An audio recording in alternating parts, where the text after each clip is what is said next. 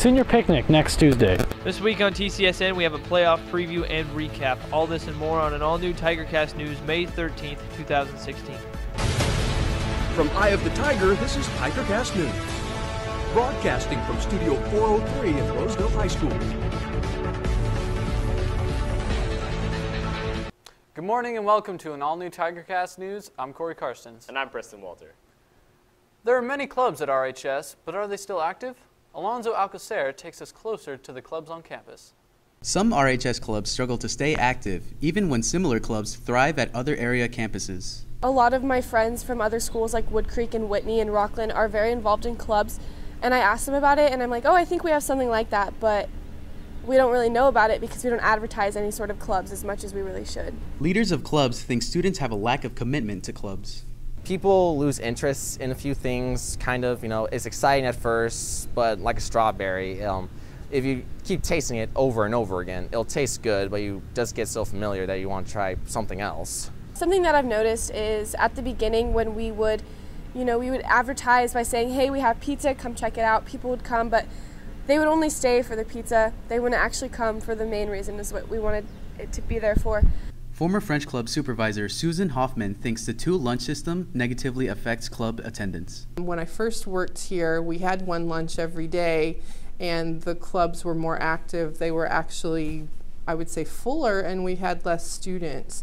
So I think the two lunches really impacts being able to have active club meetings. Other reasons for lack of activity include commitment to classes, electives, and sports. Some teachers have also noticed that some students will start clubs for college applications only to not attend them once they've been admitted. I think it would be unfortunate if a student wasn't participating in a club because it was something they were really interested in and it was just because they were trying to get something written down on a college application. It's not really a good reason to be in a club. Students continue their dedication for classes and sports, but some clubs still lack attendance. The trap shooting team may not be active next year because of the lack of an advisor. We go to Robert Ehrman for more on the story. Since Coleman will not be working at Roseville next year, he will not be able to coach the trap team. That's one of the things that makes me the most sad about not working at Roseville. I've loved working with the trap team.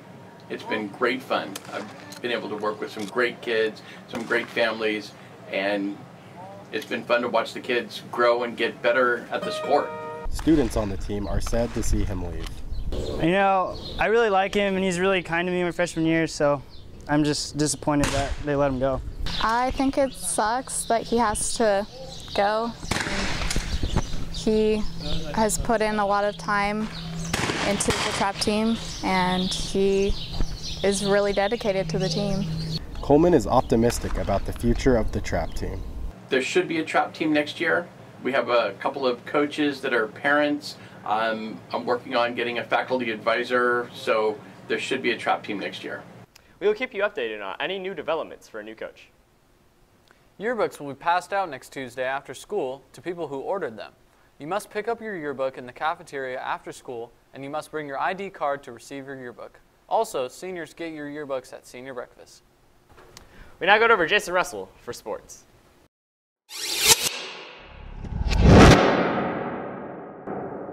Hello and welcome to this edition of TCSN. I'm Jason Russell. Golfer Jake Littlejohn was the only Roseville golfer to qualify for playoffs this season. Littlejohn has qualified for the playoffs 2 consecutive years. On Monday, Littlejohn competed in the Sac Joaquin Section Tournament hosted at Mare Island Golf Course in Vallejo. Littlejohn's goal was to move on to Masters. I was expecting, my goal was to get the top 3 to move on to the Masters at the reserve. I was hoping to shoot about mid-70s, 74, 75. That would get me in, but with the conditions, it turned out that 78 was the score. Littlejohn shot a 79 with 3 birdies and 5 pars. Even with this impressive round and harsh conditions, Littlejohn failed to advance to the Masters tournament.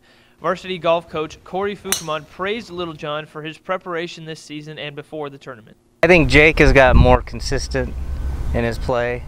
I can see through a lot of his practice that he's worked on a lot of the scoring aspect, which is like the short game around the green. He's put a lot of time and effort into that. I think he's kind of realized that he's got to get better in all aspects, which he has got better in all. I think the most important thing is he's composed and he's a lot more consistent. The girls softball team defeated the Oakmont Vikings with the score of 9-5. This win secured the CVC League title for the Tigers. Earlier in the season, the Tigers clinched a playoff berth and will begin their quest next week. 2 Roseville teams' postseasons have already started. The boys volleyball team beat the Burbank Titans in the second round of playoffs last night. The Tigers play next Tuesday, May 17th. Last night, the girls soccer team, however, lost to the first-seeded team, Del Oro. That's it for us on your home for Roseville High School sports top plays, breakdowns, and more. TigerCast Sports Network, TCSN. Now we go over to Gabe Townsend with entertainment. Thanks, Jason. Captain America Civil War came out as the first movie in Marvel's Phase 3. The movie followed the Avengers being presented with the Soviet Accords, a document that will force the Avengers to operate under the government and only be deployed when the government deems it necessary. After realizing that the damage they had inflicted, Iron Man agrees with the Accords, while Captain America disagrees. On Team Cap, you have Jeremy Renner as Hawkeye, who felt a little shoved into the movie. Emily Van Camp plays Sharon Carter, who's the niece of Peggy Carter from the first Captain America film. Anthony Mackie plays the Falcon, Sebastian Stan plays the Winter Soldier, Paul Rudd appeared for the first time outside of his own movie as Ant-Man. Finally, Elizabeth Olsen played Scarlet Witch. On Team Iron Man, we had Don Cheadle as War Machine, Scarlett Johansson as Black Widow, Chadwick Boseman appeared for the first time as Black Panther, Paul Bentley replaced his role as the Vision, and Tom Holland was introduced as the new Spider-Man. On the topic of Spider-Man, I can truly tell you that for once, we actually have a Spider-Man who was introduced in an actual good way. They spent enough time introducing Spider-Man, but didn't give us another super long and super boring Spider-Man backstory. The chemistry between the characters and the intense moments really made this movie for me. Although this movie was pretty good and had some really amazing action, I feel like the movie was just a bit too hyped up. It was nothing super special, and it just felt like another chapter in the Avengers storyline. Overall, the movie was very enjoyable to watch, and I definitely recommend this to anyone who's looking for a good movie. For these reasons, I'm giving Captain America Civil War 4 to 5 stars. We now go back to Preston Walter for more news. Thanks, Gabe. Jack Jones, a senior at RHS, has an unusual talent. We go to Zoe Stevens for more on the story. Senior Jack Jones was exposed to hooping from his friend, but has been practicing on his own since. I got into hooping from my best friend. He kind of showed me it through his sister, because his sister taught him. And then he kind of just showed me how to do it, and I just kept practicing, I kept at it, and I'm here today. He enjoys the recognition he receives from his talent. I just really like it because it just mainly draws a lot of attention. Because I've never really had like a cool talent before, and it's kind of cool to have like something that kind of people look at. It was not his first time performing in front of large crowds when Jack participated in the last rally. Last year, when I wasn't as good at San Francisco Gay Pride, it was 2015. Yeah, so I performed there. He hopes to continue to improve his hula hooping skills. There's an academic decathlon meeting in room 915 at lunch on Monday. The team is looking for students of all GPA range, as the team must feature members with GPAs below 3.0. Here are the spirit days for next week. Monday is Career Day, Tuesday is Tacky Tourist Day, Wednesday is Disney Day, Thursday is 80s Workout Day, and Friday is Class Colors. Before we conclude our show, tomorrow night's dance got moved to start 30 minutes later and will begin at 8 p.m. That's it for us today on TigerCast News. And remember, we're always on at iTheTigerNews on Twitter and iTheTigerNews.com. See you next time.